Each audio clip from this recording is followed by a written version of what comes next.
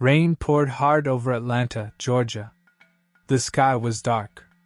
The clouds were heavy like they had been holding pain for years. Water splashed everywhere as cars rushed through the wet streets.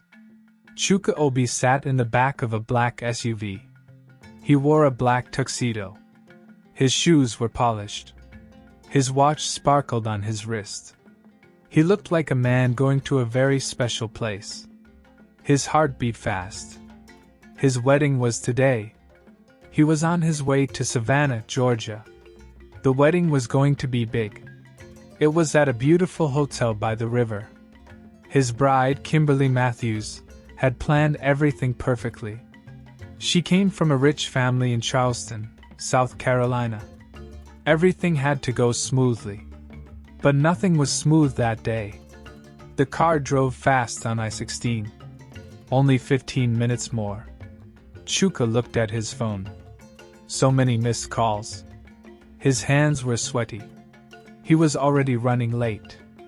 Then, suddenly, the driver hit the brakes.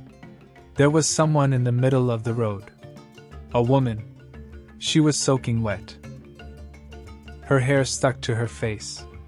Her hands were waving. Her eyes were full of fear. The SUV stopped just in time. The woman did not move. She just stood there shaking. Her clothes were thin. She had no bag, no umbrella, no phone in sight. Chuka stepped out. He didn't want to. But he had to. He saw her lips move. She was saying something, but the rain made it hard to hear. Her voice was soft and cracked.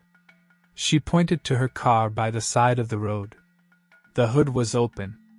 Steam came out of it. The car looked dead. Chuka looked at his watch. He had no time for this. But her eyes told a different story. They were begging. They were tired. They were desperate. She reached for her pocket. Empty. She opened her hands. No phone. No wallet. Nothing. Her name was Nia. Nia Mensah. She was from Clarkston, Georgia. She was a nursing student. She had to get to Macon. Her aunt was sick. She had no other way. The rain got stronger. Chuka took off his driver's coat and gave it to her. He looked at his car, then back at her. He thought of Kimberly. He thought of the guests waiting.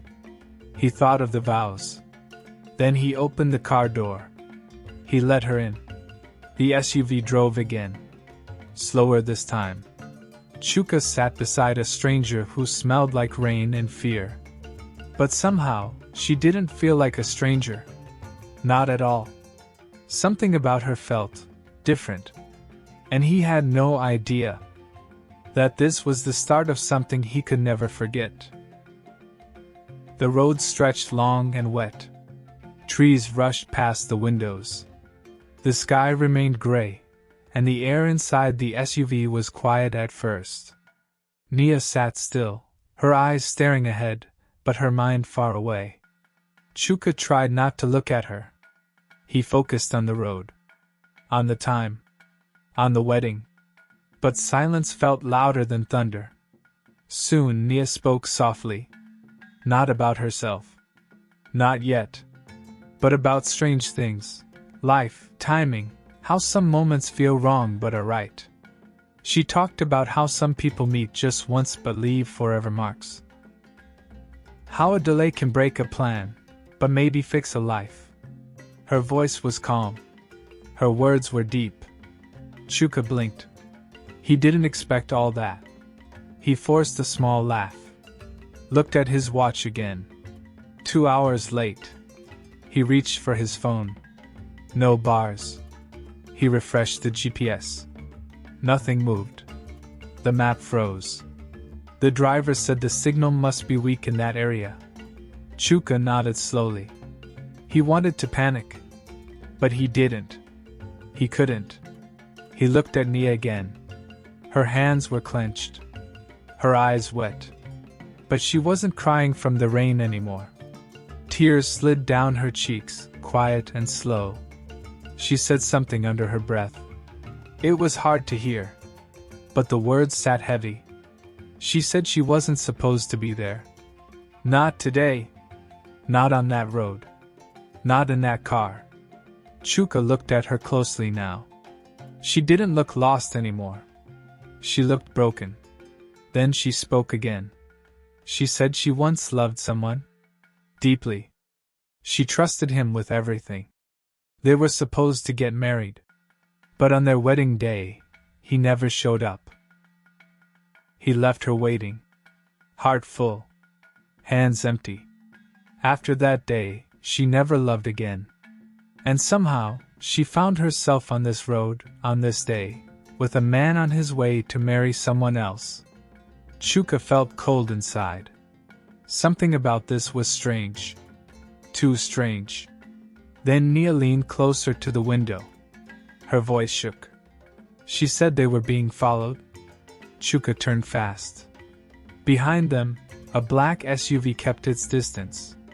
It didn't pass. It didn't slow down. It just stayed there. The driver looked too. Said he hadn't seen it before. Then, without warning, the black SUV turned off the road and disappeared behind some trees. Gone. Like it was never there. The silence returned. But this time, it was not peaceful. It was loud with questions. Chuka looked at Nia again. Who was she? And why did he feel like she wasn't a stranger at all? The car finally pulled into the wide driveway of the wedding venue in Savannah. The rain had stopped, but the air was still heavy. The place looked quiet. Too quiet. Chuka stepped out first. His shiny shoes hit the wet ground. He straightened his tuxedo jacket and walked quickly toward the entrance. What he saw made his heart stop. The flowers were wilted. The chairs were empty. The white carpet was soaked and torn. A few staff packed leftover food into boxes. Someone carried balloons into a van. The wedding was over.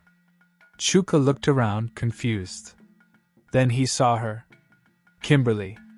She stood near the broken arch, arms folded, dress perfect, face sharp like a knife. She didn't look like someone who missed him. She looked like someone who had made a decision.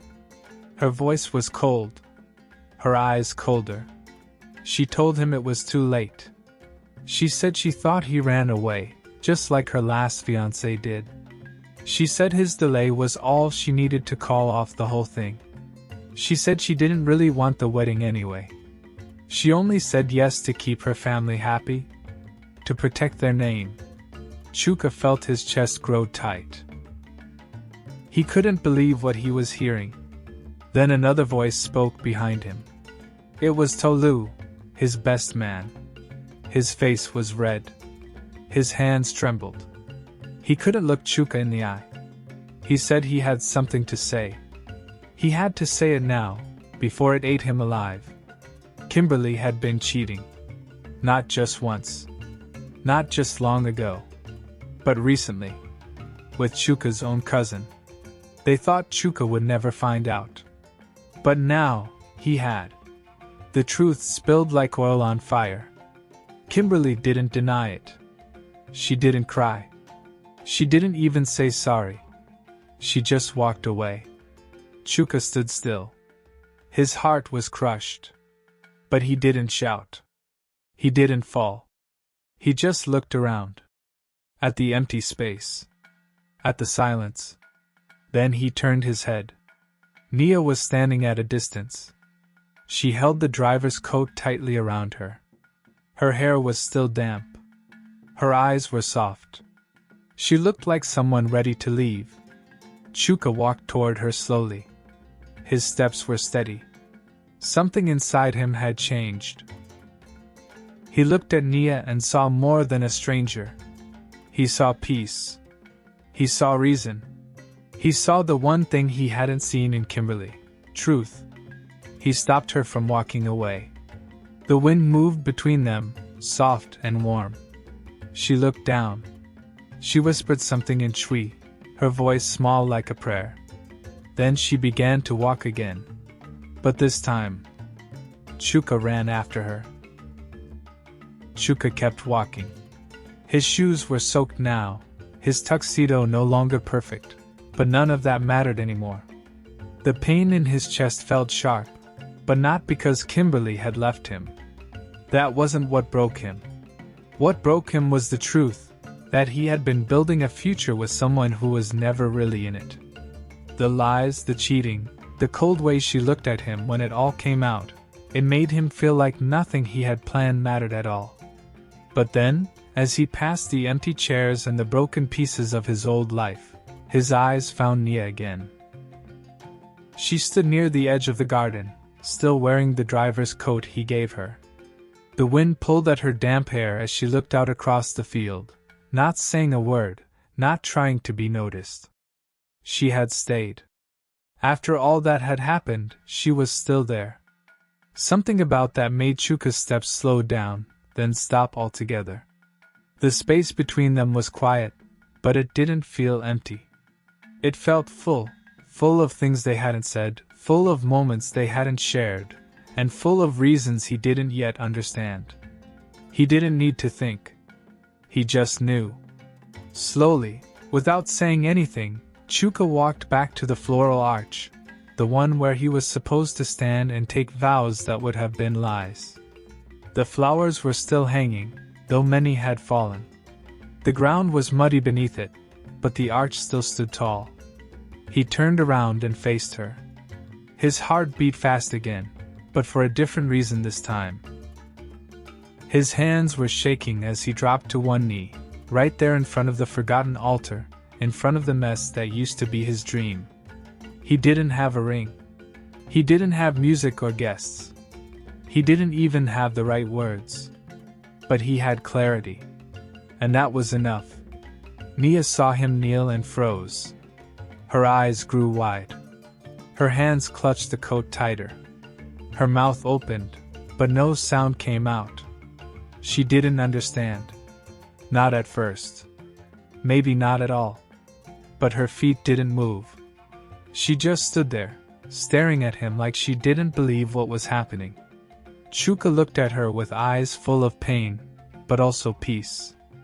Everything in his life had just crashed. Everything. And yet, in the middle of the wreck, there she was, calm, still, real. She didn't fake smiles. She didn't wear masks. She didn't try to control fate.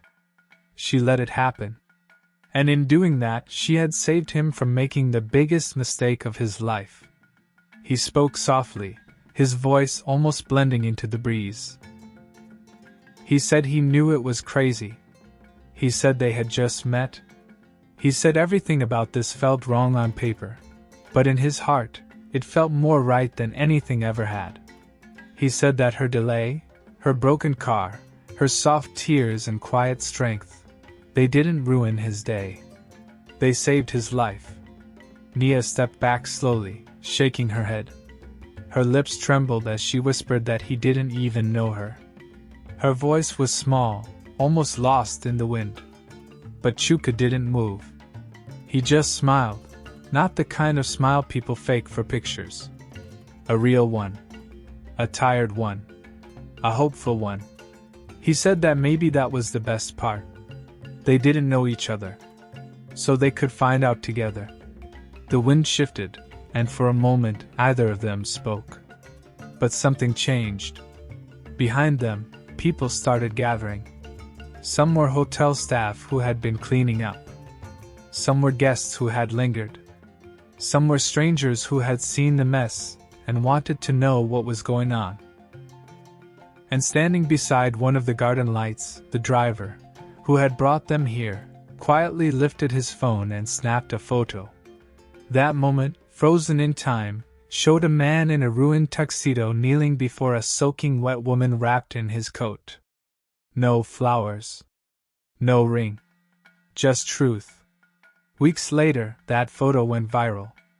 It was shared with a headline that made people all over the country stop scrolling and stare. The groom who proposed to a stranger after being left at the altar. But what the photo didn't show was the look in Nia's eyes when she finally took a step forward. Sometimes the delay is your divine direction. Would you have said yes if you were Nia? Let me know in the comments below. Don't forget to like, subscribe, and turn on the bell so you never miss stories like this one.